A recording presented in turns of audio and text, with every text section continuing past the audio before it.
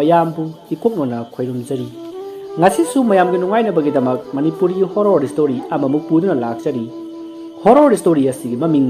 potchem topa wari asi mamang thakta thagat chakri hojik amuk full story oina amuk mayam da khudol tamjabani wari asi bu thabirakpi erina tonjam wari asi hingliba amadi sikraba kanagumbi amataga marlena jadi aibana wakana sagacharaga tabiriba singi ngak pathana bagi damakta semjaba wari hojik mayam da khudol tamjari manipuri horror story potchem toba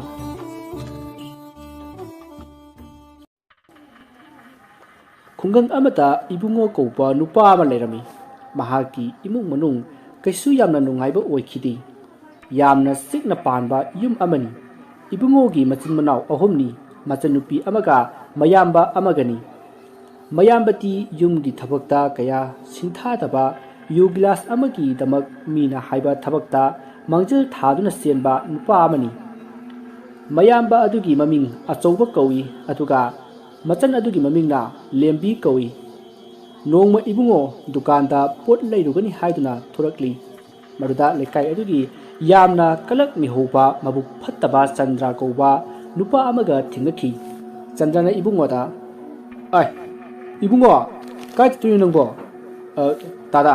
ai dukandagi sing khar loge na haiduna lakpani sing du su sotui oiri ne lekai ki dukan singse nang na sopadana amata letrabani nang na sotaba amata leramaro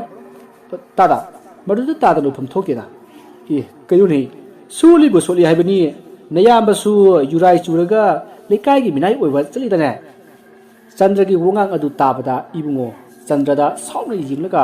chandra bu illi aduga makhut thaduna phuba hori maruda lekai gi mi chen silaktuna ibungo ga chandra ga khanaba do khamdokhi maduda chandra na ibungo da sauna mamit khana yingramlaga makhut singduna khangani haibagi mawongda tawramlaga sakhi ibungo su sing leidabida mayumda halaki mahana yum halakpada machanupi lembina tamoyai ai insang sebal loirabani chingdarok trabo ibima ngasidi chingdarok train he mamane chawal hoidagi khara lawaka thongnasi tamoyai mai soli to buke dorage ha kaishu tawdeda sida thingjinbada khara sokibane farese aine chingdarok khige ko hoi tamoyai asumna ibungo su sin loba chatkri lebisu mai thagat laduna ising thangali aduga cheng porakpa ngairami ngaihak leraga ibungo cheng poraktuna lembida pirami aduga sak thongduna makhoi ani chaminakhi tanja aduda makhoi ki mayamba achoubodo yu ngautuna yumda masa ado hai haiduna changi ei nawa lodi aisin leikai ma tau kai lege ai karano tholone nerelle tholo thunajine ibungo su mayamba duna law duna changnapadu taraduna chenthora aduga tasau kaino tasano lawrdubo lawse yum changno hey karano tasau ai neba lawse yumung changwo ba hai ibungo ni sidi nayamba singawre tasau as mi myama mangchida yam ikai ko lawse tasau masidiki ibungo na mayamba bu singboy lapoi kolaga pusil aduga imungda pusilaktuna phamungda hifali tasau ai cha puthorage ko puthoro ibungona sak puthoraklaga achoubugi manakta pirami achoubana insang aduda yingaga ei sibu insang ne na sidine noi napadu da pijau asi haiduna pukhamado kauthoi maduda ibungona kaplaga achoubana kauthokiba chak aduda yingi lembisu kapli achoubadi phamungdagi kumtharaga masa ado hairang sauraga thoki masiki matung numidangi matam yoksilakri lembidu sak thungunaba haiduna sakhumda changai mahana changakpada sakhumgi maningi thongaduda nupi masam isang sangbi nupi ama satkibato thingnakhi maruda lembina kiduna ibungobu kanna kauki tamoyai hai keduragin he tamoyai amta laoba lage lai ha kedurage tamoyai hajutanya maning thongdu nupi ama chakre hera kasu ramoida nangi wakhal oiramni nateba tamoyai ngata ngayo ai chakse sat thongeba masiri hoi thongone ngai rage asumna wari sanaringai asobodo yu ngauduna mayumda amuk lai aduga ibungobu kauthoklaga maram isa sadana ibungobu phurami marudu ibungona tacho ai kai lan khage asu yauna mi usittaba kari lan khage gaida asi haiduna phuri marudu lebina sensilaga tacho kai gino tamoye phuri dubo ai taningde nabung mabuk fabase ai bu lekai da yu thakpa miriam ni haidana pauthoi basi nangdi khangmoi ne tacho ai karada karsu hai khidi tacho ai lembi chak puthoro chalo kaino chakam telekti yu thaga leini manatro masi ngang sidi puthoro ai di puthoro udana tamoyai na potharmuko ai chak to losilaga tacho gi chak thangdora geba lembi ne chak losilukhi gi hairakpa duta achobuna kari hongsu pok chak bodriba ha sauro nathi bongdo sagera saroira sigera chagera tawjoro tacho kuiroye ai lusilage yare ai chararoi lupa kun puthoro chalo tacho ai di paisa suleitana leiroi noidi leiroyeba asumna hairaga amuk jumdagi thoki khanabadu tabada yumadugi sajinda nupi masam isang sangbi nupi amana targa noktuna ibungo hoi pukri nakan gi war aduda sensinki masigi matung numit ado haukrei mathangi numit ni ibungo du thabak suba sanana ba haiduna nganna hauri aduga ayuk nganna thabak suba satki masidagi ibungona kontholomda thorakpada makoi gi pukri nakan gi war adugi nakanda kanagumba khara launaba aduga nupi amana kanna kapadusu taki adubu ibungodi kaya thoidukna khanjindana thabak subada adum chatki asumna matamadu haukre lembisu ising leitaba aduda ising sokpa laklami mamanabi singa harau ising sunnaduna wari sarami mamanabi amana lembi ngasiti ke insang charke ha airo irombo na chari kaino insang phaibudubu thakalidubu kaigino kaisu tawdeda yari khangi beba chak charam khiroi lau aikoi doina charose aisu sadriba ai di char e lembi nung adumai na walo sunbedo tawnoba ai nang buyam warau kani ko nung walo singanoba asin bagini ai chare ba phare nang adumai na walo silabani na ne ai hayeng kai noi da gamta la roi ko ngai ko sarose ai ju sadriba ngasai na haibidi yari ne asumna nukmin naduna lembi do mamanebigi mayumda chak charami aduga yumda halaki mahana yumda halakpada achoupa darida phamduna leirami maruda lembi do achoupada hanna yengam tabida imungda changge tawi maruda achoubana hai lembi nang tamoyai di kaida chakhi ha tamoyai di ngasai na thabak suba chakre tachoudi chumda halaktabani na amta khanga maroi ne hey aisu thabak suba chalibani ne mamagi ta chawal loi gi labuki lori do loina kaire dana semluri bani tachoudi ne sel pusil pusinati mine pirpa ju glass amana migi thabak hekta to bana tro hai angang nang kai khangi chalo sang khroso aduga ne payang kai puturo chalo payang kai ta puturo ba kai di selno tacho sin phau bole dana sak thongji se tacho khangdabro wafam adu hairakpada achobodo imungda prap changchangki aduga lembi gi upudagi phanek puthura i aduga thura i maruda lembi na khambada achobana lembi bu inthuram laga chatki lembi su kaptuna lehowi masigi matung matam mato haukhri numidangi matamni lembi du imungda phamlaga kata paiduna phi lolami maruda makhoi gi maningi thongado amuk hang amuk lon toraki maruda lembina khonjal ado tabadagi senthora i adubu mana thulakpadadi kaisu leramdi lembi kiduna magi kada amuk chang i adubu mana magi kada changlakpadadi kanano masak thamdaba laithi gi saban manba nupi ama magi kata ado londuna isai sakna lerami aduga amukasu thugaigani aina imukse loine thugaigani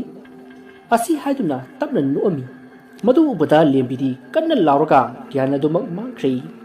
tanja aduda ibungosu thabak halakpaga mapa sanabadagi lemina laubudo taki maru tabadagi ibungo kanna sensilai aduga machunupi lembigi manakta lai adubu lembidi mahaki kada gyan magduna lerami maduna ibungona haukattuna lembibu ising tharga gyan tahalami marudagi lebisu gyan lakli maruda ibungona ꯀꯩꯗꯧꯔꯒꯦ ꯍꯥꯏꯗꯨꯅ ꯍꯪꯂꯨꯕꯗ ꯂꯦꯝꯕꯤꯅ ꯃꯥꯅ ꯍꯧꯖꯤꯛ ꯎꯈꯤꯕꯁꯤꯡꯗꯣ ꯇꯝꯈꯤ ꯃꯗꯨꯗ ꯏꯕꯨꯡꯉꯣꯅ ꯑꯦꯔꯥ ꯀꯩꯁꯨ ꯇꯧꯔꯣꯏꯗ ꯅꯪꯅ ꯅꯊꯟꯇ ꯂꯩꯕꯗꯨꯗ ꯀꯤꯕꯗꯒꯤ ꯄꯪꯈꯟ ꯈꯟꯕꯅꯤꯗ ꯑꯁꯤ ꯍꯥꯏꯗꯨꯅ ꯃꯆꯟꯅꯨꯄꯤꯅ ꯀꯤꯔꯤꯕꯗꯣ ꯊꯦꯝꯖꯤꯜꯂꯝꯃꯤ ꯃꯗꯨꯗꯒꯤ ꯅꯨꯃꯤꯠ ꯑꯗꯣ ꯍꯧꯈ꯭ꯔꯦ ꯃꯊꯪꯒꯤ ꯅꯨꯃꯤꯠꯇ ꯑꯆꯧꯕꯗꯣ ꯌꯨꯝꯗ ꯍꯜꯂꯛꯑꯝꯃꯤ ꯑꯗꯨꯗ ꯏꯕꯨꯡꯉꯣꯅ ꯉꯔꯥꯡ ꯌꯨꯝꯗ ꯍꯜꯂꯛꯇ꯭ꯔꯤꯕ ꯀꯩꯒꯤꯅꯣ ꯇꯥꯆꯧ ꯍꯥꯏꯗꯨꯅ ꯍꯪꯂꯨꯕꯗ ꯑꯆꯧꯕꯅ ꯑꯩꯅ ꯍꯜꯂꯛꯏꯁꯤꯅꯤ ꯅꯪꯉꯣꯟꯗ ꯑꯩ ꯄꯥꯅꯧ ꯍꯥꯏꯕ꯭ꯔꯣ ꯅꯪꯉꯣꯟꯗ ꯑꯩ ꯄꯥꯅꯧ ꯍꯥꯏꯗꯦ ꯆꯠꯂꯣ ꯇꯥꯆꯧ ꯀꯩꯒꯤꯅꯣ ꯇꯥꯆꯧꯅ ꯋꯥ ꯁꯥꯝꯅ ꯈꯪꯗ꯭ꯔꯤꯕꯁꯤꯕꯣ ꯂꯩꯀꯥꯏꯅ ꯇꯥꯆꯧꯕꯨ ꯑꯄꯪꯕꯒꯨꯝ ꯁꯤꯖꯤꯟꯅꯔꯤꯕꯁꯦ ꯈꯪꯗꯕ꯭ꯔꯣ ꯇꯥꯆꯧꯕꯣ ꯑꯉꯥꯡꯅ ꯀꯩ ꯈꯪꯉꯤ ꯀꯩ ꯈꯪꯒꯦꯕ ꯑꯁꯨꯝꯅ ꯍꯥꯏꯔꯒ 이붕어부 풀어미 아두가 이문가 쌍키 아숨나 마땀아두 허크리 누미당기 마땀니 렘비두 싹 통리 마두다 이붕어수 쌍이 아두가 렘비다 하이라미 렘비에 이철부 양 와브로 타무야이 아이키수 와디에 따자우나 기아스 그땅 따람라바디 깨라 누마이가다바 따자우세 한당마라 이홍홍이 하나 떠다바 타복 마야마 맞다고 따무야이 아이수 칼리바니 fare sak to lo selo ai ne ta chau do sai phau de yeng ki ge hoi ta bo ye asum na haram laga ibungo do konthong nom da thoki ibungo na konthong nom da lakpa da kana gumba ma mamang da sam laga gam chatki maduda ibungo do swai lawi masam mana sap jumi aduga haujik la laga chatki ba adom da munne jengrami adubu amuk leiramdri madudagi magi lengjumda kana gumba amana pairak pagum masa aduta khang ingba ama thing'i marudai bungona mamai phat leithorak laga magi lengjumda yalak ibato kanano haiduna jingli adubu karisu leramdi marudagi mana asum jinglakpada magi mayaba achobodo magi mamangda chaitup ama paiduna leplaga mangonda khana jinglami madu ubada ibungona taso kino ta chongo toidubo asi haiduna manakta sanglubada achobuna chaitup aduna ibungogi makokta kantharakhi masidagi maha gyan adumak mangkhri asumna mahana gyan mangduna taringai makhoigi yumthangnabada leiba nupa amana thabak halakpada thengnabadagi imungda pusinbirakhi masigi matung ibungona amuk hanna gyan tarakpada mahak magi phamungda hiptuna lerami adubu achobadi leiba uramdi masida mana kuyeng jeng i maduda lembina tamoyai kedorage haiduna hangi ibungona mongonda thukibasinga do magi machanupida tamki maduda lembina tasaudi yumda hoji phawwa halakchiye haiduna khumlei ibungona yamna chingnaba horakhi yumsida karigumba ama leire haibado mahakna khangki adubu machanupi lembidadi kikini khanduna hairamdi mathangki numita makhoi yumadugi hek mamangda leiba hanubi ama ibungogi yumda lakhi aduga paw khara tamki ibungo nangna solibasibu nangki tachawnani haiba abo ai tachawdo yengba chakpada tachawna kokta chaitumna thulamani adubu nang tachawdi yumda lairamdriba aduna kamdoriba jano abo ai su maduni khalibasi tachawsu mahoksaga yamana chai abokse wa ma haiyedana tawbani abo hekta haibiyo makharonggi nama chawbi taphado makhoigi thongadagi masam sangbi nupi ama makhoigi maning lomdagi laknaga nakhoigi pukri nakangi warak asida changki haine abo aisu madugi khalamli bani yumse kai tawba yawba chanu haidana kasaidagi khalamli bani amaiba amatang tanabana phadori bra khangre amaiba ama yam thumna tananaba taw nakhoigi yumse timu phataba laimu phataba leiba mali hoyabo ai tanajarage adudi nabuk amuk chatlage ko hoyabo asumna wari sanarba matung makhoigi yumthangnaba ahal adusu mayumda chatkri aduga ibungosu imungda changai aduga magi kagi phamungda changlaklaga wakhal tawi aigi imungsina kanada kari tawrudana asumna tawriba matang atuda lembi changi aduga sak loire hairami wakhal khanduna leiramba ibungo khakbre khangi aduga ingak ngakna kedorage haiduna hangami marda lembina amukasu sak sanana ba hairami marda makoi ani sak saminaki adubu achobadi yumda halakhiri nongma lembiga sak saminnakibi mamanabi ato lembi khoita laklami marda lembina nungdang wairamgi duk thangoi thalami ꯃꯗꯨꯗ ꯃꯃꯥꯟꯅꯕꯤ ꯑꯗꯨꯅ ꯂꯣꯏꯔꯕ꯭ꯔꯣ ꯍꯩꯃꯥ ꯅꯪ ꯂꯥꯛꯏꯔꯣ ꯀꯥꯈꯠꯂꯛꯑꯣ ꯂꯥꯛꯏꯅꯦ ꯑꯩꯈꯣꯏꯒꯤꯅꯦ ꯉꯁꯥꯏꯗꯣ ꯕꯕꯥꯅ ꯉꯥ ꯃꯔꯨꯝ ꯂꯧꯔꯛꯑꯦꯕ ꯇꯨ ꯌꯥꯝ ꯌꯥꯝꯃꯤ ꯖꯥꯠꯅꯤ ꯑꯗꯨꯗꯣ ꯊꯣꯡꯕ ꯑꯗꯨꯒꯤ ꯑꯩꯅꯅꯦ ꯊꯣꯡꯕ ꯂꯣꯏꯔꯕ ꯀꯥꯟꯗ ꯇꯦꯡꯀꯨꯠ ꯑꯆꯧꯕꯁꯦ ꯂꯧꯊꯣꯛꯑꯒ ꯅꯪꯒꯤꯅꯦꯅ ꯏꯟꯁꯥꯡꯁꯤ ꯄꯨꯔꯛꯏꯕꯅꯤ ꯀꯩꯒꯤꯅꯣ ꯌꯥꯝ ꯄꯨꯔꯛꯏꯁꯤꯕꯣ 이베마 나사도 야제네 짝도 카라카라야는 싸우고 아이디 하이시니 아이코이디 자마다네 옥비 말리시 아스 낭네 행강부시마 아도 아이 짤라게 팅이 싹수 라메바 호이호이 사토구로 파즈나 짤루고 호이호이 아솜나 레미기 마마나비도 윰 어루드기 토르이 마나 톨락바다 레비 코이기 통가다 가나곰바 아마 팜누르 레라미 마루다 레비기 마마나비 아두나 ꯆꯪꯁꯤꯜꯂꯒ ꯀꯅꯥꯅꯣ ꯍꯥꯏꯗꯨꯅ ꯍꯪꯂꯨꯕꯗ ꯅꯨꯄꯤ ꯑꯗꯣ ꯂꯦꯝꯕꯤꯒꯤ ꯁꯛꯇꯝꯗ ꯃꯌꯥ ꯏꯍꯤ ꯍꯤꯒꯠꯇꯨꯅ ꯃꯌꯥꯗ ꯏ ꯇꯩꯗꯨꯅ ꯅꯨꯛꯂꯛꯏ ꯃꯗꯨꯗ ꯂꯦꯝꯕꯤꯒꯤ ꯃꯃꯥꯟꯅꯕꯤ ꯑꯗꯣ ꯀꯟꯅ ꯂꯥꯎꯗꯨꯅ ꯃꯌꯨꯝ ꯌꯧꯅꯕ ꯆꯦꯟꯈꯤ ꯃꯁꯤꯒꯤ ꯃꯇꯨꯡ ꯂꯦꯝꯕꯤꯅ ꯀꯅꯥꯅꯣ ꯂꯥꯎꯔꯤꯕꯁꯤꯕꯨ ꯍꯥꯏꯗꯨꯅ ꯊꯣꯛꯂꯛꯏ ꯑꯗꯨꯕꯨ ꯀꯅꯥꯁꯨ ꯂꯩꯔꯝꯗꯦ ꯃꯗꯨꯗꯒꯤ ꯂꯦꯝꯕꯤ ꯏꯃꯨꯡꯗ ꯑꯃꯨꯛ ꯆꯪꯂꯛꯇꯨꯅ ꯑꯃꯨꯛ ꯃꯈꯥ ꯇꯥꯅ ꯆꯥꯛ ꯊꯣꯡꯂꯝꯃꯤ ꯑꯗꯨꯒ ꯆꯥꯛ ꯑꯗꯨ ꯂꯣꯏꯁꯤꯜꯂꯒ ꯃꯕꯨꯡ ꯌꯥꯏꯃ 이붕어 ꯀꯧꯁꯤꯜꯂꯒ ꯆꯥꯛ ꯆꯥꯃꯤꯟꯅꯈꯤ ꯑꯗꯨꯒ ꯇꯨꯝꯕ ꯆꯪꯅꯈꯤ ꯑꯍꯤꯡꯒꯤ ꯃꯇꯝꯅꯤ 이붕어ꯒꯤ ꯃꯃꯪꯗ ꯃꯌꯥꯝꯕ ꯑꯆꯧꯕꯗꯣ ꯌꯥꯝꯅ ꯁꯥꯎꯅ ꯅꯈꯣꯏ ꯑꯩ ꯂꯩꯇ꯭ꯔꯕꯅꯤꯅ ꯅꯨꯡꯉꯥꯏꯔꯕ ꯅꯠꯇ꯭ꯔꯣ ꯑꯩꯗꯤ ꯑꯣꯛꯇꯕ ꯅꯌꯥꯝꯕꯅꯤ ꯑꯩ ꯆꯠꯂꯒꯦ ꯃꯗꯨꯗ 이붕어ꯅ ꯇꯥꯏꯕꯪ ꯐꯥꯎꯔꯛꯇꯨꯅ ꯇꯥꯆꯧ ꯍꯥꯏꯗꯨꯅ ꯂꯥꯎꯔꯛꯑꯝꯃꯤ ꯂꯦꯝꯕꯤꯁꯨ ꯃꯤꯀꯞ ꯊꯣꯔꯛꯑꯗꯨꯅ 이붕어ꯒꯤ ꯃꯅꯥꯛꯇ ꯆꯪꯂꯛꯏ ꯑꯗꯨꯒ ꯇꯥꯃꯣ ꯌꯥꯏ ꯀꯩꯗꯧꯔꯒꯦ ꯇꯥꯆꯧꯗꯣ ꯑꯩꯉꯣꯟꯗ ꯌꯥꯝ ꯁꯥꯎꯔꯝꯃꯦ ꯑꯁ ꯀꯩꯁꯨ ꯇꯧꯔꯣꯏꯁꯦ ꯇꯥꯃꯣ ꯌꯥꯏꯅ ꯃꯪꯗ ꯄꯪꯎ ꯎꯕ ꯑꯣꯏꯔꯝꯅꯤꯌꯦ ꯑꯩ ꯍꯌꯦꯡꯅ ꯇꯥꯆꯧꯗꯣ ꯑꯃꯨꯛꯇ ꯌꯦꯡꯂꯨꯈꯤꯒꯦ ꯑꯁꯨꯝꯅ ꯍꯥꯏꯅꯗꯨꯅ ꯃꯈꯥ ꯇꯥꯅ ꯑꯃꯨꯛ ꯇꯨꯝꯊꯔꯝꯃꯤ ꯃꯊꯪꯒꯤ ꯅꯨꯃꯤꯠꯅꯤ ꯂꯩꯀꯥꯏꯒꯤ ꯑꯉꯥꯡ ꯑꯃ 이붕어ꯒꯤ ꯌꯨꯝꯗ ꯍꯥꯊꯨ ꯍꯥꯊꯨ ꯂꯥꯛꯂꯝꯃꯤ ꯑꯗꯨꯒ ꯄꯥꯈꯠꯅ 이붕어ꯕꯨ ꯀꯧꯏ ꯗꯥꯏꯕꯨꯡꯉꯣ ꯃꯗꯨꯗ 이붕어 ꯆꯦꯟꯊꯣꯔꯛꯑꯒ ꯊꯣꯏꯕ ꯀꯩꯗꯧꯔꯒꯦ ꯇꯥꯆꯧꯗꯣ ꯇꯥꯃꯣ ꯌꯥꯏ ꯍꯣꯏꯒꯤ ꯀꯣꯟꯊꯣꯡ ꯆꯪꯐꯝꯒꯤꯗꯨꯗ ꯇꯥꯗꯨꯅ ꯂꯩꯍꯧꯔꯦ ꯀꯩꯅꯣꯅꯦ ꯍꯥꯏꯁꯤꯕꯣ ꯂꯦꯝꯕꯤ ꯇꯥꯃꯣ ꯌꯥꯏ ꯀꯩꯗꯧꯔꯒꯦ ꯍꯩ ꯂꯥꯛꯑꯣ ꯊꯣꯛꯂꯛꯑꯣ ꯑꯁꯨꯝꯅ ꯂꯦꯝꯕꯤꯒ ꯏꯕꯨꯡꯉꯣꯒ ꯀꯣꯟꯊꯣꯡꯂꯣꯝꯗ ꯆꯦꯟꯊꯣꯔꯛꯏ ꯑꯗꯨꯕꯨ ꯑꯆꯧꯕꯗꯤ ꯀꯣꯟꯊꯣꯡ ꯃꯄꯥꯟ ꯑꯗꯨꯗ ꯊꯋꯥꯏ ꯌꯥꯎꯗꯕ ꯃꯁꯥ ꯑꯗꯣ ꯏꯇꯤꯡ ꯇꯤꯡꯅ ꯇꯥꯗꯨꯅ ꯂꯩꯔꯝꯃꯤ ꯂꯦꯝꯕꯤꯅ ꯀꯣꯟꯗꯨꯅ ꯃꯕꯨꯡ ꯑꯆꯧꯕꯕꯨ ꯀꯣꯟꯗꯨꯅ ꯀꯞꯂꯝꯃꯤ 이붕어ꯁꯨ ꯃꯄꯤ ꯑꯗꯣ ꯂꯦꯞꯇꯅ ꯁꯤꯟꯊꯖꯔꯤ ꯑꯁꯨꯝꯅ ꯃꯈꯣꯏ ꯂꯩꯀꯥꯏꯒꯤ ꯃꯤ ꯑꯃꯗꯤ 이붕어ꯒ ꯄꯨꯟꯅ ꯇꯧꯗꯨꯅ ꯑꯆꯧꯕꯒꯤ ꯊꯋꯥꯏ ꯌꯥꯎꯗ꯭ꯔꯕ ꯍꯛꯆꯥꯡ ꯑꯗꯣ ꯃꯊꯧ ꯃꯉꯝ ꯄꯥꯡꯊꯣꯛꯈꯤ ꯃꯁꯤꯒꯤ ꯃꯇꯨꯡ 이붕어ꯗꯣ ꯊꯋꯥꯏ ꯌꯥꯝꯅ ꯅꯨꯡꯉꯥꯏꯇꯅ ꯃꯆꯟꯅꯨꯄꯤꯁꯤꯡꯒꯤ ꯈꯟꯕꯗ ꯌꯥꯝꯅ ꯀꯞꯂꯝꯃꯤ ꯑꯗꯨꯒ ꯑꯃꯨꯛꯁꯨ ꯈꯟꯈꯤ ꯌꯨꯝꯁꯤꯒꯤ ꯑꯍꯣꯡꯕ ꯂꯥꯛꯍꯜꯂꯤꯕ ꯃꯤ ꯑꯗꯣ ꯅꯣꯡꯃꯗꯤ ꯁꯣꯏꯗꯅ ꯈꯪꯂꯛꯈꯤꯒꯅꯤ ꯃꯗꯨꯗ ꯈꯪꯕ ꯀꯥꯟꯗ ꯃꯤ ꯑꯗꯣ ꯂꯦꯝꯅ ꯊꯥꯔꯣꯏ ꯍꯥꯏꯗꯨꯅ ꯁꯤꯡꯗꯨꯅ ꯂꯩꯈꯤ ꯑꯁꯨꯝꯅ ꯃꯇꯝ ꯑꯗꯣ ꯍꯧꯖꯤꯟꯈ꯭ꯔꯦ ꯅꯨꯃꯤꯗꯥꯡꯒꯤ ꯃꯇꯝꯅꯤ ꯂꯦꯝꯕꯤ ꯆꯥꯛ ꯊꯣꯡꯂꯤ ꯑꯗꯨꯒ 이붕어ꯁꯨ ꯐꯝꯂꯒ ꯀꯔꯤꯒꯨꯝꯕ ꯑꯁꯨꯝ ꯈꯜꯂꯤ ꯂꯦꯝꯕꯤꯅ ꯆꯥꯛ ꯊꯣꯡꯂꯤꯉꯩ ꯃꯈꯣꯏꯒꯤ ꯃꯅꯤꯡꯒꯤ ꯊꯣꯡ ꯑꯗꯨꯗ ꯀꯅꯥꯒꯨꯝꯕ ꯑꯃꯅ ꯊꯣꯡ ꯊꯤꯜꯂꯛꯂꯝꯃꯤ ꯃꯗꯨꯗ ꯂꯦꯝꯕꯤꯅ ꯀꯅꯥꯅꯣ ꯍꯥꯏꯅ ꯍꯪꯈꯤ ꯃꯗꯨꯗ ꯊꯣꯡ ꯊꯤꯜꯂꯝꯕ ꯑꯗꯣ ꯆꯞ ꯂꯦꯞꯈ꯭ꯔꯦ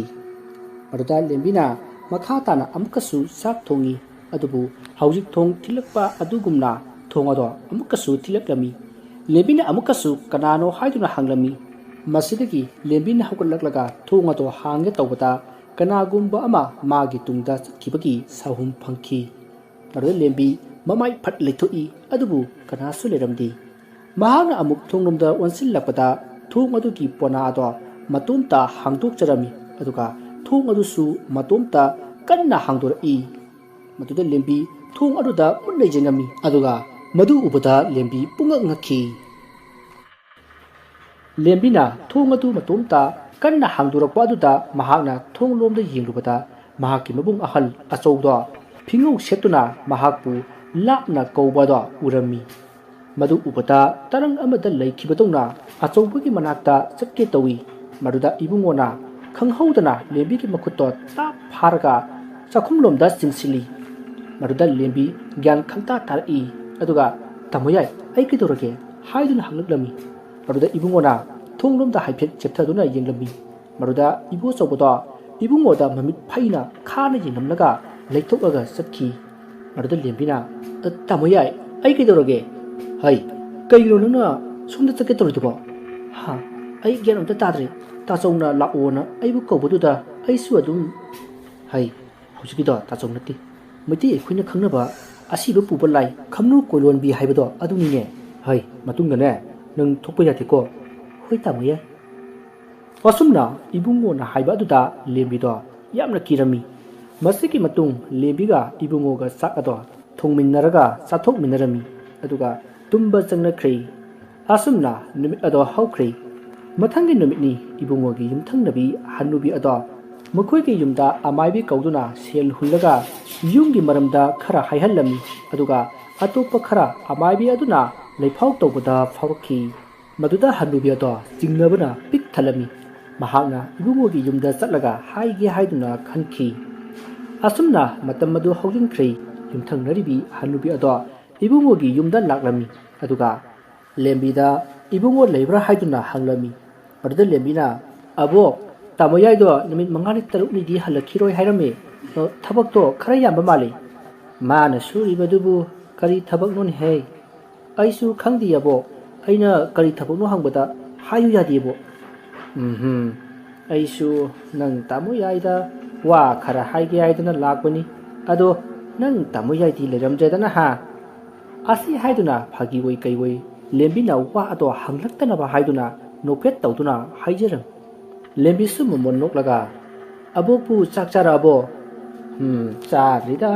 ꯅꯪ ꯇꯥꯃꯣ ꯌꯥꯏꯗꯣ ꯍꯥꯟꯅ ꯎꯅꯒꯦ ꯍꯥꯏꯗꯨꯅ ꯂꯥꯛꯄꯅꯤꯗꯅ ꯑꯣ ꯑꯗꯣ ꯑꯕꯣꯛꯈꯣꯏꯒꯤ ꯆꯥꯛꯇꯤ ꯊꯣꯡꯍꯧꯔꯕ꯭ꯔꯣ ꯊꯣꯡꯍꯧꯗ꯭ꯔꯤ ꯏꯁꯨ ꯅꯨꯄꯥꯅꯦꯅ ꯇꯧꯔꯤꯗꯨꯅꯅꯦ ꯈꯪꯗ꯭ꯔꯦꯗ ꯅꯨꯄꯤ ꯄꯨꯁꯜꯂꯛꯎ ꯍꯥꯏꯕꯁꯨ ꯌꯥꯗꯦ ꯑꯕꯣꯛꯅꯅꯦ ꯃꯤꯠꯁꯦ ꯎꯗ ꯊꯣꯡꯕꯁꯦ ꯃꯥꯕꯨ ꯆꯥꯕ ꯌꯥꯔꯤꯕ꯭ꯔꯥ ꯈꯪꯗꯦꯅꯦ ꯑꯕꯣꯛ ꯑꯗꯨꯗꯤ ꯑꯩꯈꯣꯏꯁꯨ ꯊꯣꯡꯗ꯭ꯔꯤꯌꯦ ꯑꯕꯣꯛꯈꯣꯏꯒꯤꯗ ꯍꯥꯟꯅ ꯊꯣꯡꯕꯤꯔꯒꯦ ꯍꯅꯨꯕꯤ ꯑꯗꯨꯅ ꯂꯦꯝꯕꯤꯕꯨ ꯍꯥꯟꯅꯗꯒꯤꯁꯨ ꯃꯁꯨ ꯅꯨꯄꯤ ꯑꯣꯏꯅꯤꯡꯗꯨꯅ ꯂꯩꯔꯤꯕꯅꯤ ꯂꯦꯝꯕꯤꯅ ꯆꯥꯛ ꯊꯣꯡꯉꯝꯃꯒꯦ ꯍꯥꯏꯕꯗꯨꯗ ꯍꯅꯨꯕꯤ ꯑꯗꯨꯅ ꯍꯣꯏ ꯊꯣꯡꯂꯨꯔꯁꯤ ꯅꯪꯁꯨ ꯑꯩꯈꯣꯏꯗ ꯁꯨꯝ ꯆꯥꯔꯁꯤꯀꯣ ꯍꯣꯏ ꯑꯕꯣꯛ ꯍꯩ ꯉꯥꯏꯈꯣꯅꯦ ꯅꯪ ꯇꯥꯃꯣ ꯌꯥꯏ ꯂꯩꯇ꯭ꯔꯗꯤ ꯅꯪꯗꯤ ꯅꯇꯣꯝꯇ ꯉꯥꯏꯔꯝꯂꯅꯤꯅꯦ ꯀꯔꯝ ꯀꯥꯟꯗꯅꯣꯅꯦ ꯃꯥꯅ ꯆꯠꯈꯤꯕꯗꯨꯕꯣ ꯑꯕꯣꯛ ꯉꯁꯥꯏ ꯑꯌꯨꯛ ꯆꯠꯈꯤꯕꯅꯦ ꯅꯪꯗꯤ ꯅꯇꯣꯝꯇ ꯂꯩꯕ ꯀꯤꯔꯣꯏꯗ꯭ꯔꯣ ꯈꯪꯗꯦ ꯑꯕꯣꯛ ꯌꯨꯝꯁꯤꯗꯅ ꯃꯔꯣꯜ ꯑꯃ ꯍꯟꯗꯛ ꯇꯧꯔꯤꯁꯦ ꯃꯁꯤꯗꯅꯦ ꯑꯩꯗꯤꯅꯦ ꯅꯨꯡꯗꯥꯡ ꯌꯧꯔꯛꯀꯅꯤ ꯈꯟꯕꯗ ꯀꯤꯔꯕꯅꯤ ꯑꯗꯨ ꯑꯣꯏꯔꯒꯅ ꯑꯕꯣꯛ ꯍꯣꯏꯒꯤꯗ ꯅꯕꯨꯡ ꯍꯜꯂꯛꯇ꯭ꯔꯤ ꯐꯥꯎꯕ ꯂꯩꯕ ꯇꯥꯔꯦꯗꯅ ꯑꯕꯣꯛ ꯑꯗꯨꯁꯨ ꯌꯥꯏꯌꯦ ꯂꯦꯝꯕꯤ ꯀꯩꯁꯨ ꯈꯜꯂꯨꯗꯦ ꯑꯗꯨꯒ ꯌꯨꯝꯊꯪꯅꯕꯤ ꯍꯅꯨꯕꯤ ꯑꯗꯨꯒ ꯃꯣꯏꯗ ꯃꯇꯝ ꯈꯔ ꯂꯩꯅꯕ ꯍꯥꯏꯗꯨꯅ ꯆꯠꯂꯝꯃꯤ ꯑꯁꯨꯝꯅ ꯃꯇꯝ ꯑꯗꯨ ꯍꯧꯖꯤꯟꯈ꯭ꯔꯦ ꯂꯦꯝꯕꯤꯁꯨ ꯆꯥꯛ ꯂꯣꯏꯔꯗꯨꯅ ꯍꯅꯨꯕꯤ ꯑꯗꯨꯕꯨ ꯀꯧꯔꯝꯃꯤ ꯑꯕꯣꯛ ꯆꯥꯛ ꯆꯥꯅꯕ ꯇꯧꯔꯁꯤꯔꯥ ꯇꯥꯟꯖꯥ ꯑꯗꯨꯗ ꯍꯅꯨꯕꯤ ꯑꯗꯨꯒꯤ ꯃꯁꯨ ꯅꯨꯄꯥ ꯂꯝꯍꯦꯟ ꯆꯥꯛꯈꯨꯝꯗ ꯄ꯭ꯔꯞ ꯆꯪꯉꯛꯏ ꯑꯗꯨꯒ ꯋꯥꯎ ꯃꯅꯝꯁꯤꯗꯤ ꯑꯕꯣꯛ ꯀꯩ ꯏꯟꯁꯥꯡ ꯊꯣꯡꯒꯦ ꯉꯁꯤꯗꯤ ꯑꯩꯅ ꯊꯣꯡꯗꯦꯀꯣ ꯀꯅꯥꯅ ꯊꯣꯡꯉꯤꯕ ꯂꯥꯏꯅꯒ ꯊꯣꯡꯉꯝꯃꯤꯔꯣ ꯑꯕꯣꯛ ꯑꯁꯤ ꯍꯥꯏꯗꯨꯅ ꯐꯥꯒꯤ ꯇꯧꯔꯒ ꯅꯣꯛꯂꯤ ꯊꯤꯗ ꯑꯉꯥꯎꯕꯁꯤꯗꯤ ꯅꯆꯟ ꯅꯨꯄꯤ ꯂꯦꯝꯕꯤꯅ ꯊꯣꯡꯂꯤꯕꯅꯤꯅꯦ ꯂꯦꯝꯕꯤ ꯅꯪꯅ ꯊꯣꯡꯉꯤꯔꯣ ꯗꯥ ꯂꯝꯍꯦꯟ ꯑꯕꯣꯛꯅ ꯆꯥꯛ ꯊꯣꯡꯗ꯭ꯔꯤ ꯍꯥꯏꯕꯗꯨꯗ ꯑꯩꯅ ꯊꯣꯡꯉꯝꯕꯅꯤ ꯑꯣ ꯑꯗꯨ ꯀꯩ ꯏꯟꯁꯥꯡꯅꯣ ꯍꯋꯥꯏꯒ ꯀꯪꯃꯦꯠꯀꯅꯤ ꯑꯩꯈꯣꯏ ꯏꯕꯣꯛꯅꯅꯦ ꯅꯍꯥꯟꯗꯒꯤ ꯊꯣꯡꯕꯗꯤꯅꯦ ꯃꯅꯝ ꯅꯨꯡꯁꯤꯕꯗꯤꯅꯦ ꯑꯃꯠꯇ ꯍꯦꯛ ꯅꯝꯗꯦ ꯊꯨꯝꯒꯤ ꯃꯍꯨꯠꯇꯅꯦ ꯆꯤꯅꯤꯒ ꯍꯥꯞꯄꯝꯃꯤ ꯅꯪꯒꯤꯁꯤꯗꯤ ꯉꯥ ꯊꯣꯡꯕ ꯃꯅꯝ ꯅꯝꯃꯤ ꯑꯩꯅ ꯃꯤꯠꯁꯤ ꯎꯕꯩ ꯎꯗꯕꯩ ꯊꯣꯡꯕꯅꯤꯅ ꯀꯔꯥꯏꯗꯒꯤ ꯍꯥꯎꯔꯗꯒꯦ ꯆꯥꯛ ꯏꯟꯁꯥꯡ ꯍꯥꯎꯅꯅꯕ ꯏꯁꯨ ꯅꯨꯄꯤꯗꯣ ꯄꯨꯁꯤꯜꯂꯛꯑꯣ ꯍꯥꯏꯕꯁꯨ ꯌꯥꯗꯦ ꯑꯕꯣꯛ ꯑꯩꯅ ꯍꯥꯏꯔꯣꯏꯅ ꯍꯥꯏꯗꯕꯅꯤꯕ ꯂꯩꯕꯕꯨꯗꯤ ꯂꯩꯔꯦꯗ ꯀꯅꯥꯅꯣꯅꯦ ꯀꯇꯟ ꯁꯛꯇꯥ ꯅꯉꯣꯟꯗꯕꯨ ꯌꯥꯔꯛꯏꯕ ꯅꯨꯄꯤꯗꯨꯕꯣ ꯍꯥꯏꯒꯨꯝꯗꯅ ꯗꯥ ꯂꯝꯍꯦꯟ ꯀꯅꯥꯅꯣ 이놈ꯃꯗꯨꯕꯣ ꯑꯩꯁꯨ ꯃꯁꯛ ꯈꯪꯈ꯭ꯔꯦꯗ ꯌꯥꯔꯦ ꯅꯪꯁꯨ ꯈꯪꯅ ꯈꯪꯁꯤꯟꯅꯗꯕꯒ ꯁꯥꯔꯅꯨ ꯑꯕꯣꯛ ꯗꯥ ꯂꯝꯍꯦꯟꯁꯤ ꯏꯔꯨꯖꯗꯕ ꯀꯌꯥꯝ ꯀꯨꯏꯔꯒꯦ ꯃꯅꯝꯁꯤꯗꯤ ꯏꯕꯦꯝꯃ ꯀꯨꯃꯥꯡ ꯀꯥꯔꯕꯅꯤ ꯈꯔ ꯉꯥꯡꯉꯨ ꯑꯉꯥꯡ ꯅꯪ ꯆꯩꯅꯤꯅꯨꯀꯣ ꯁꯣꯅꯣ ꯆꯨꯕꯤ ꯗꯥ ꯂꯝꯍꯦꯟ ꯑꯗꯨꯃꯥꯏꯅꯗꯤ ꯍꯥꯏꯅꯨꯀꯣ ꯑꯩꯕꯨ ꯀꯗꯥꯏꯗ ꯁꯣꯅꯣ ꯆꯨꯔꯗꯅ ꯆꯨꯏꯗꯨꯗꯤ ꯑꯗꯨꯗꯤ ꯍꯥꯏꯌꯨꯅꯦ ꯁꯛꯊꯤꯕꯤ ꯅꯪꯕꯨ ꯀꯅꯥꯅ ꯅꯨꯡꯁꯤ ꯄꯥꯝꯃꯤ ꯍꯥꯏꯕꯤꯔꯛꯀꯦꯕ ꯍꯥꯏꯖꯔꯛꯄꯗꯣ ꯏꯕꯨꯡꯉꯣ ꯑꯩꯅ ꯌꯥꯕꯤꯗꯕꯒꯤ ꯋꯥꯅꯤ ꯋꯥ ꯑꯗꯨ ꯇꯥꯕꯗ ꯂꯝꯍꯦꯟ ꯄꯥꯈꯠꯅ ꯍꯣꯏ ꯌꯥꯔꯨꯅꯨꯀꯣ ꯅꯪꯒꯤꯗꯤ ꯑꯩ ꯁꯦꯝꯕꯤꯒꯦꯕ ꯌꯥꯖꯔꯦ ꯁꯦꯝꯕꯤꯔꯅꯨ ꯅꯨꯄꯥ ꯁꯦꯝꯃꯤꯅꯤꯅ ꯗꯥ ꯂꯝꯍꯦꯟꯗꯧꯅ ꯌꯥꯝꯅ ꯇꯟꯕ ꯁꯨꯡꯂꯨꯖꯗꯕ ꯑꯣꯏꯔꯝꯕꯗꯤ ꯀꯝꯗꯧꯕ ꯆꯨꯝꯃꯤ ꯏꯆꯨꯅ ꯍꯥꯏꯕ ꯂꯝꯍꯦꯟ चलो चलो इरू जथोरो अबो आई चाक खना चाखिनी अदुगा लुजगेबा आईदी दालम हेना इरू जथि खै चाक थिर ओय थिरुनु मासे इरू जथि बाउबा चाक पिजरोय दबनी अस नुसिदिबा लुजरोगे चाक थिरमो मी Lama कासिदा Haima ngang leiranu ne nangba asalage ba kaidoroge bo asum haram laga lamhendo iru jaba chakki aduga lembiga hanubi aduga su lamhengi mato aduda yinglaga nuktuna lehawi asumna matamado hogin khrei nungdangi matamni lembidu sak thongbagi khujum haidok nangai lapna makhoigi yumgi thong aduda kana gumba nupi amana thongduda khoro khoro khotpado urami lembi madu ubata sakhum lomda parap parap saksil lai maruda lamhen kaidoroge haiduna hangakpada lembina kashu tawdi haiduna khumki asam na makhoi sak thongduna sathok naraga tumba changnarami mathangi numita chandrana lembi bu makhoi gi yumthang na bada leire haibagi paw ado khanglaklami masidagi mahakna wakhal ama tawrami lika chida na khoi kayam kuina leiba ngambagi haibado yeng batare dara masidagi mahak magi yumdagi parap parap thoroklami aduga mamanaba khara pullaga lamhen khoi gi yumda laklami maduda lembiga lamhen gado mangonda phamlaga wari sanaduna leiri tanja aduda sanjana achingba tanja yenglaga leikai gi post leiba aduda kangsi yerami aduga leikai miyam korami kangsi makona do tabadagi leikai miyam do chinara I aduga nupi amana chandrada hai chandra kaidore yum yum sida nupi se leire mabung duna somda a lakphaida yum sida moina leiraga natabli chali bani ne wadu tabata lamhen yamna sauna kano ta chandra hai dubo akhoi ti karisu hen ba tawbole tina sumno wari sabani adu sumangkolda khangi bungo ne khoina hori tawbodo aine imi bangno horobani kande mayam mukhoi ni se kaina katkadabani maruda hanubi to thor I aduga mayam kaido ba yawragi mayam lakpi riba sibo maduda chandra hanubi nangna sida imga leiraga nasu nupa asiga nupi asiga na phamin naradana aduga mathong maram khangdaba kande mayam mukhoi se kaina katab suyairoi marudigi mayam aduna lembiga lamhenga kaina kalami adubu lamhendi matha moida harau jarami aduga muksu lembina kapsabado nungai jaramdi asumna matamado haujin khrei numidangi matamni lembido sak thonglami maruda sakum madugi thongaruda lembi haiduna tapna kauri lembina kanano haiduna hanglami maruda kauramba do sap lepki maruda lembina khali tamuyai nang laoba ayamna wari asi haiduna kapsaki tanja aduda lamhensu sangai aduga lembi sak burabro talore kano nang kapiti kedorage kaishu tawdeda tamuyai sum ningchingnak oho ado sak to thiro ai abo korokige ko hoi asumna wari sarga lamhensu mabu kauraga punna sak chaminnarim asumna matamado hojin khrei ahingi matamni langphaida laikhiba ibungo magi mamangda machan nupi lembina kaptuna tamoyai nang nachalai bu nusidrabo kaigino nangna aibu itomta hunto amaga chalibadi nasul yamna wari nang halo tamoyai asumna ibungo gi mangdo manglami aduga lembi gi tungtagi achaubato thang ama parga lembida thinna ba changsil laklaga lembi gi mananganda thang aduna thilami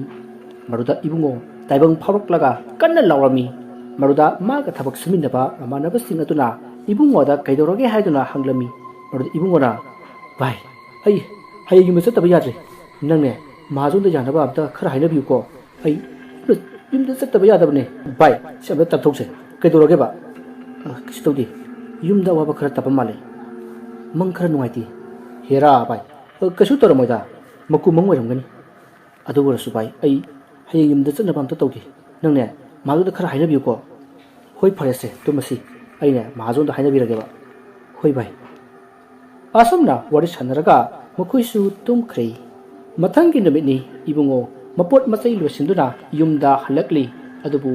yum arudadi kanasu leramdi tanja aduda lamhendo ibungo da kaurai ai tamuyai haima lamhen ekhoi lembi leitrisibu kai chakrige nangbu khangbro ta chau ekhoi yumda lehowe lao chache Ha, hoi hoi hoi. Asupna lamhenga ibungoga lamhengi mayumda lai. Maduda lembido maugi phizulda iyong saduna leirami. Madu ubada ibungo punga ngakli. Mahagna lembibu munna yengjarami. Aduga lembibu kauri. Ibungona kaurakpa adu tabada lembi mamai phat laithura aduga ibungo ubada chensilai. Tamuyai nang ai nungsidrabo. Hai apangbi karigi nungsidani. Ngarang mangda ichal urambadagi halaklibane ado ngaiko. Kariyo nangna toramlisibo nati. Kaigino nangna maugi phizun silamisibo. Tamuyai ai yumsida mawona leirabane. Ha kamdona. Masidagi ibungona sanjada yamna saurami. Asana tauringai hanubiado thula aduga haima ibungo nang labra hoyabo ai hale abo su nang halakpa ngairam libani wa ma haina na ba haidana abo kari wano hekta haibiyo hai lembi lamhen nakoyani mangonda ngai hak tawari watai toramu abo ne noi tamo yaiga wa tanege ko hoyabo asumna lembiga lamhenga mangonda phamlaga lehowi mardu lamhena oi lembi abuka noi tamoy aigin ibai haigasi wa khamdro ha kaibuno haise os ibani ngahak leho haisidi as tani deko aidi tajani bedo asumna wari saraga nukmin nakhi asomdana ibungoga hanubiyoduga wari sari ibungo abuksi nahan maibi sel hullaga leifau tauhanbani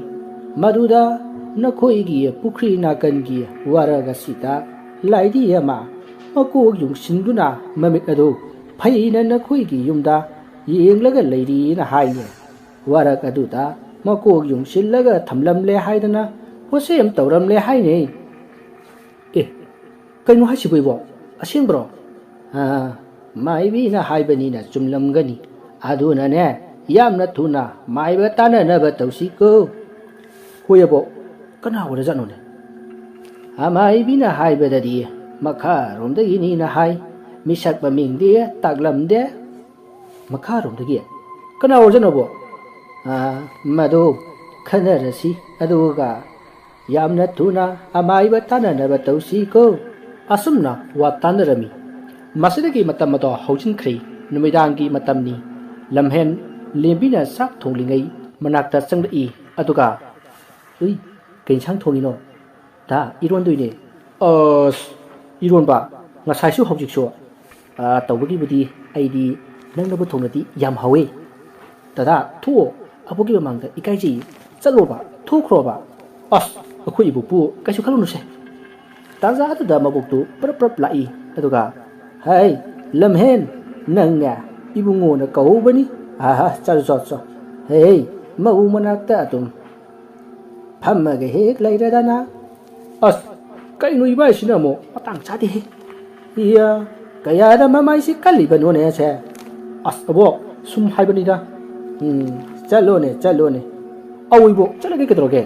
ui bye masidi marudaki lamhen ibungo ki manakta thulai aduga ibai kai leirage aise wa ma haigina tawbani ne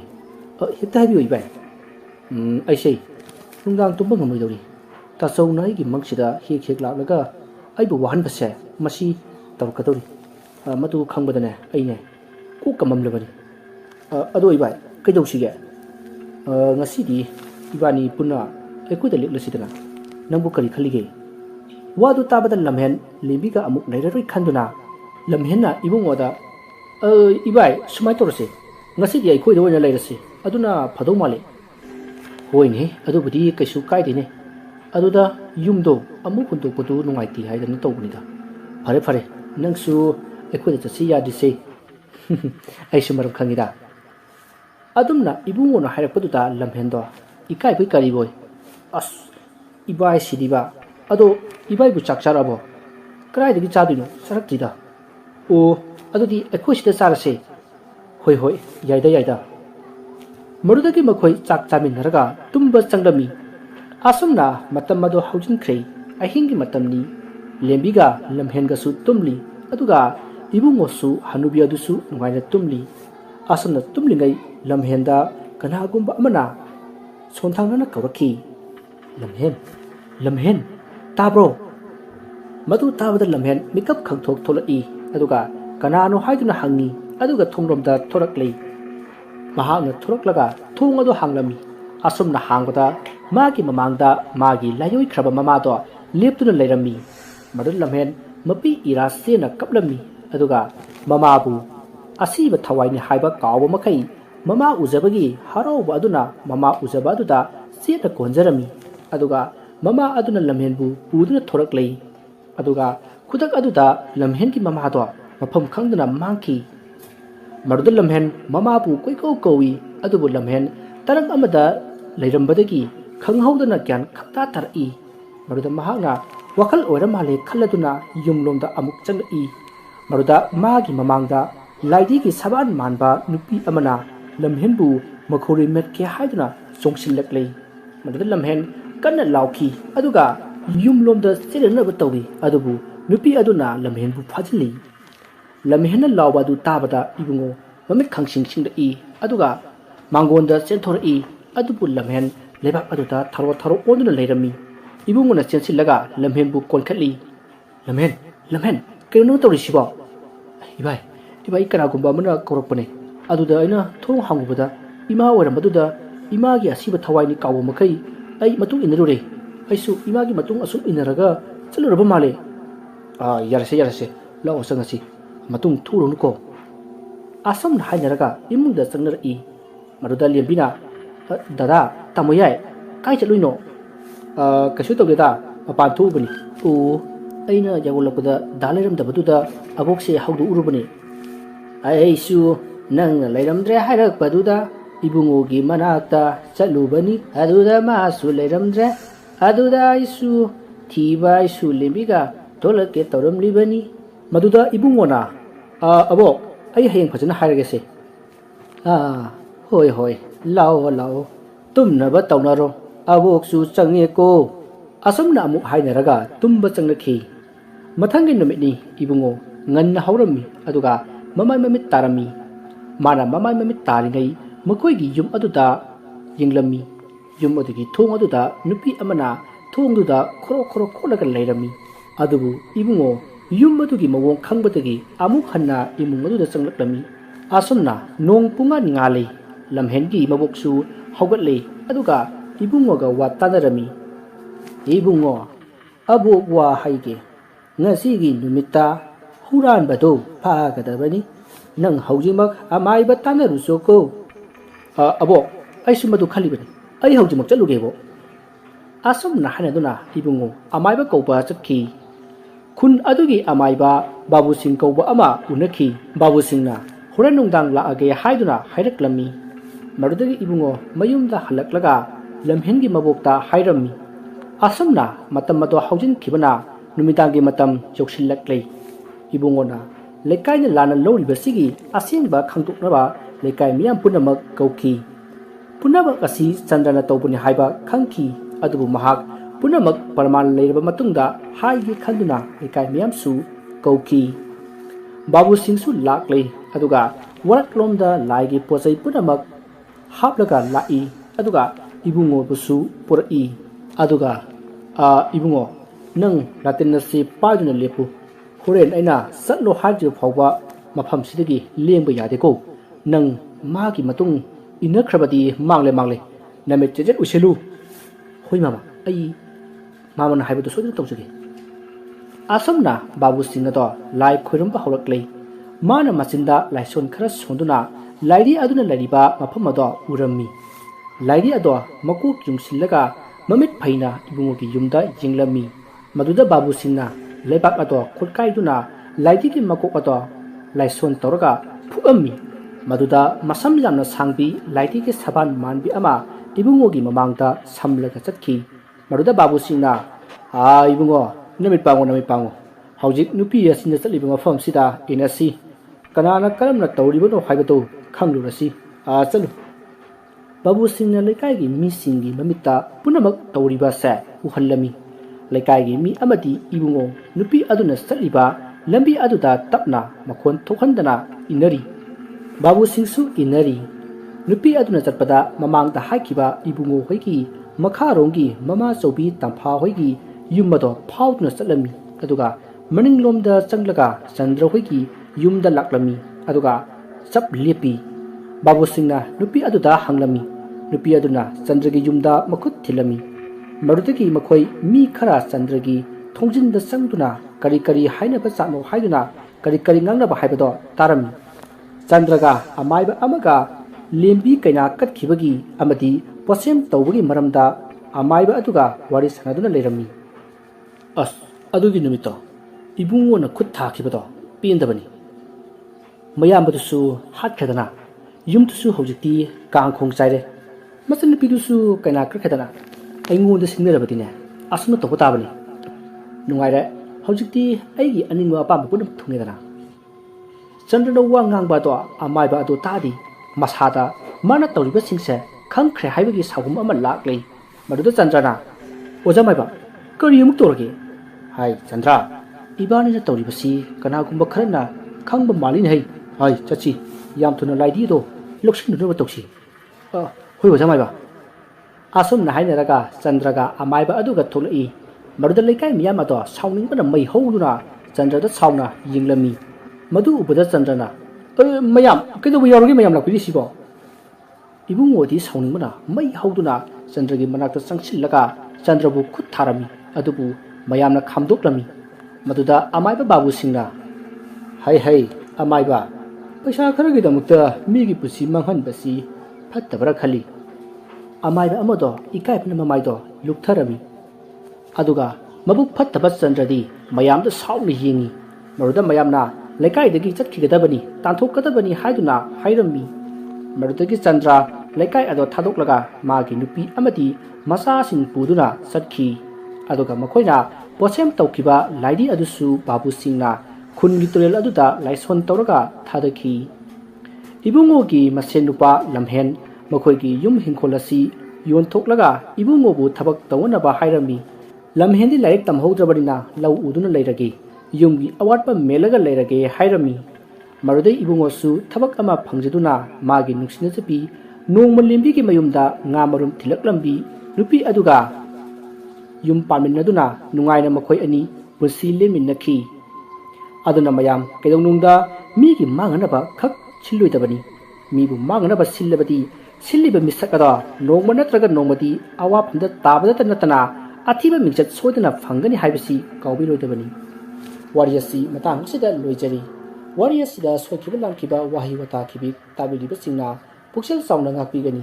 mayam boroibada amuka hana khoirum jari